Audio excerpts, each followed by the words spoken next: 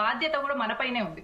Okay, karate Kalyani గారు join అయ్యారు. కళ్యాణి గారు చూస్తున్నారు కదా, లాస్ట్ వారం రోజులుగా జరుగుతున్న పరిణామాల మీద ఏంటి మీ ఒపీనియన్ ఏంటి?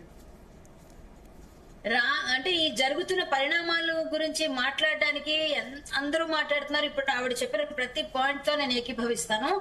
ఒకటైతే మాత్రం చెప్తానండి, ఒకవేళ రోహింగ్యాలు గోబ్యాక్ అని గాని ఒక ఉద్యమం మొదలైతే దానిలో కూడా జెండా పట్టుకొని కూడా తిరిగే హిందువులు ఉన్నారు. వీళ్ళు మారినంత వరకు కూడా ఇలాంటివన్నీ చీప్ ట్రిక్స్ ప్లే చేసే వాళ్ళు రెడీ అవుతూనే ఉంటారు, వస్తూనే ఉంటారు.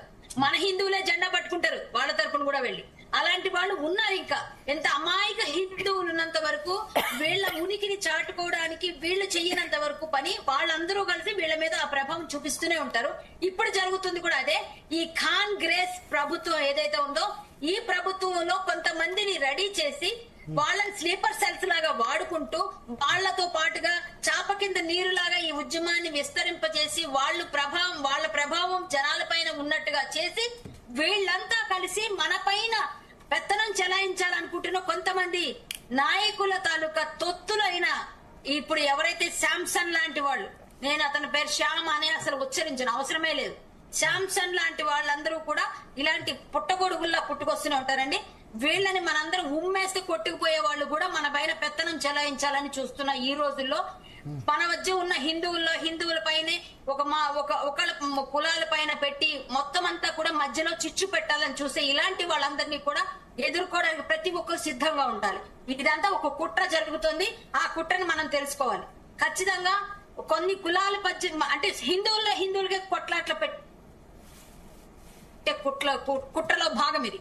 కన్ఫర్మ్ గా చెప్తున్నా అండి, వీళ్ళకి తెలుసు వాళ్ళు ఎంత హిందుత్వవాదులు ఎలాంటి వాళ్ళో వాళ్ళకి తెలుసు. కానీ మన వాళ్ళు ఎలాంటి వాళ్ళంటే ఎవరేం చెప్తే 10 మంది 4 సార్లు చెప్తే కొంతమంది అటు వెళ్ళిపోతున్న వాళ్ళనే తీసుకుంటున్నారు. వీళ్ళు తీసుకొని వాళ్ళతోనే వీళ్ళ ఉద్యమాన్ని చేపిస్తున్నారు కులాల మధ్య చిచ్చు పెట్టి. సో ఇలాంటి వాటిని మాత్రం ఎదుర్కోవాల్సిన సమయం అండి. ఇప్పుడు అందరూ కొంచెం తెలుగు మేరుతున్నారు. వాళ్ళకి తెలియచేయాలి, కాస్త కొంచెం వాళ్ళని ఎడ్యుకేట్ చేసి కొంచెం వాళ్ళతో ఫైట్ చేయించే విధంగా మనం ముందుకెళ్ళి కాదు ఇది ఇక్కడ జరుగుతున్న కుట్ర అని బయటకు తీసుకొచ్చి ఇలాంటి చర్చలు జరిగినప్పుడు ఖచ్చితంగా కొంతమంది మారుతారండి. ఇదైతే చాలా చాలా బాధాకరం. నాకైతే ఈ ఇష్యూ పైన మాట్లాడేంత టైం లేకుండా నేను వేరే ఇష్యూస్ లో ఇరుక్కోగలిగాను. ఆ ఇష్యూస్ లో ఉండడం వల్ల నేను దీనిపైన మాట్లాడలేకపోయాను. కానీ నాకు ప్రతి క్షణం కూడా పెయిన్ గా ఉండింది. ఏంటిది అసలు, ఏం మాట్లాడుతున్నారు, ఏం చేస్తున్నారు, ఎందుకు ఇలా దాడి చేస్తున్నారు, ఒక హిందువులపై దాడి చేసే విధంగా కొంతమందిని ప్రేరేపిస్తున్నారు. ఎవరెవరు క్రిస్టియానిటీ మూలాలు ఉన్న వాళ్ళు వచ్చి మన హిందువులకి నేను హిందువునని చెప్పుకుంటూ మన మీద వాడు రుద్దుతున్నాడు. ఏమేం చేస్తున్నారు, అసలు ఏం జరుగుతుంది ఇక్కడ, అసలు ఎవడు వీడు, ఎక్కడి నుంచి వచ్చాడు, మన పైన మాట్లాడే హక్కు ఏంటి వీడికి, ఎక్కడి నుంచో వచ్చి ఎవరు కొడితే వాళ్ళ పైన కదా కేసు చేయాలి, వాళ్ళని కదా లీగల్ గా ఫైట్ చేసి వాళ్ళని ఎదుర్కోవాలి. ఎక్కడ లేని అంతా తీసుకొచ్చి ఎక్కడో మొత్తం అంతా గుంతగా మొత్తం కట్టేసి ఒకదానికి ఏదేదో చేసి దాన్ని ఎక్కడెక్కడికో తీసుకెళ్లాలని ప్లాన్ చేస్తున్న ఎవరు దీని కుట్రదారులు, ఎవడు వెనకుండి వీడికి ఫీడ్ చేస్తున్నాడు, ఎవడు వెనకుండి ఈ ఉద్యమాన్ని నడిపించాలని ప్లాన్ చేస్తున్నాడు, ఆ మూలాల్లోకి వెళ్ళాలి. ఫస్ట్ అక్కడి నుంచి నరుక్కుంటూ రావాలి. వీడెవడండి అనడానికి, అసలు వీడెవడసలు, వీడి గురించి మొత్తం తీస్తే ఇన్ని వస్తాయి చరిత్రలు.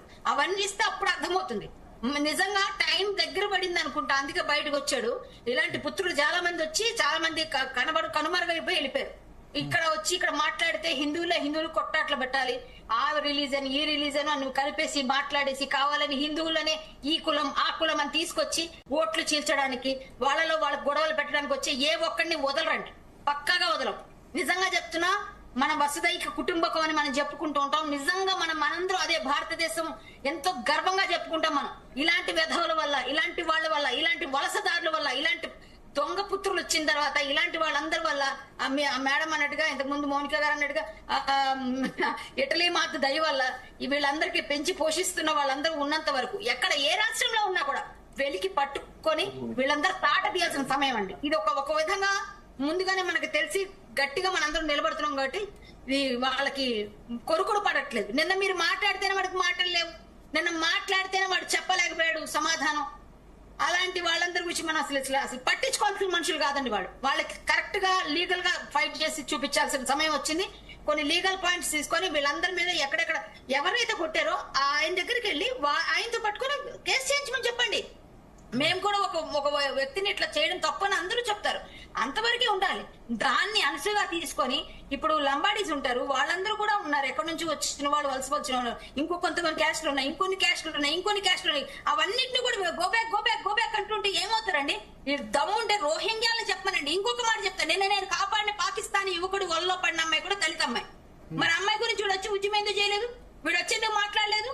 అలాగే ఇంకా ఇప్పుడు ఆ కేసులో ఒకటి రెండు డౌట్స్ ఉన్నాయి కళ్యాణి గారు.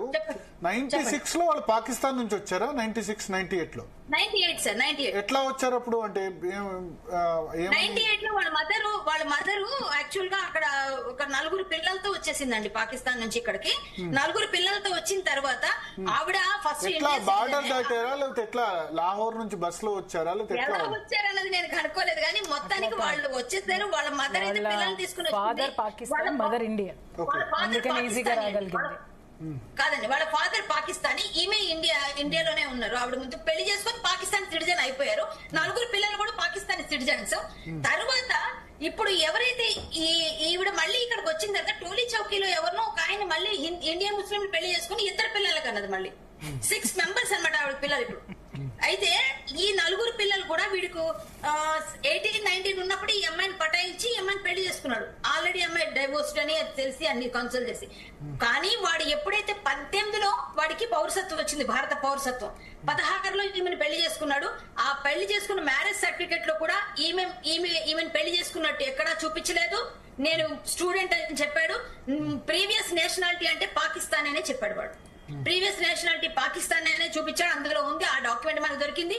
అలాగే వాడి తమ్ముడు ఇన్స్టాగ్రామ్ లో ఎవరికంటే ట్యాగ్ చేశాడు, పాకిస్తానీ ఆర్మీ వాళ్ళకి, పాకిస్తానీ వాళ్ళందరికీ కూడా డిఫెన్స్ వాళ్ళకి ట్యాగ్ చేస్తూ 2014లోనే ఒక పోస్ట్ పెట్టాడు, ఒక వంట చేస్తూ. ఆ వంటకి ఈ పాకిస్తానీ ఆర్మీ అతను డిఫెన్స్ వాళ్ళని ట్యాగ్ చేయాల్సిన అవసరం లేదు. సో అదొకటి ఉంది. ఇలాంటివన్నీ చాలా ఉన్నాయి. ఇప్పటికి కూడా వాళ్ళ తమ్ముడు ఎల్టీవీలో ఉన్నాడు, వాళ్ళ మదర్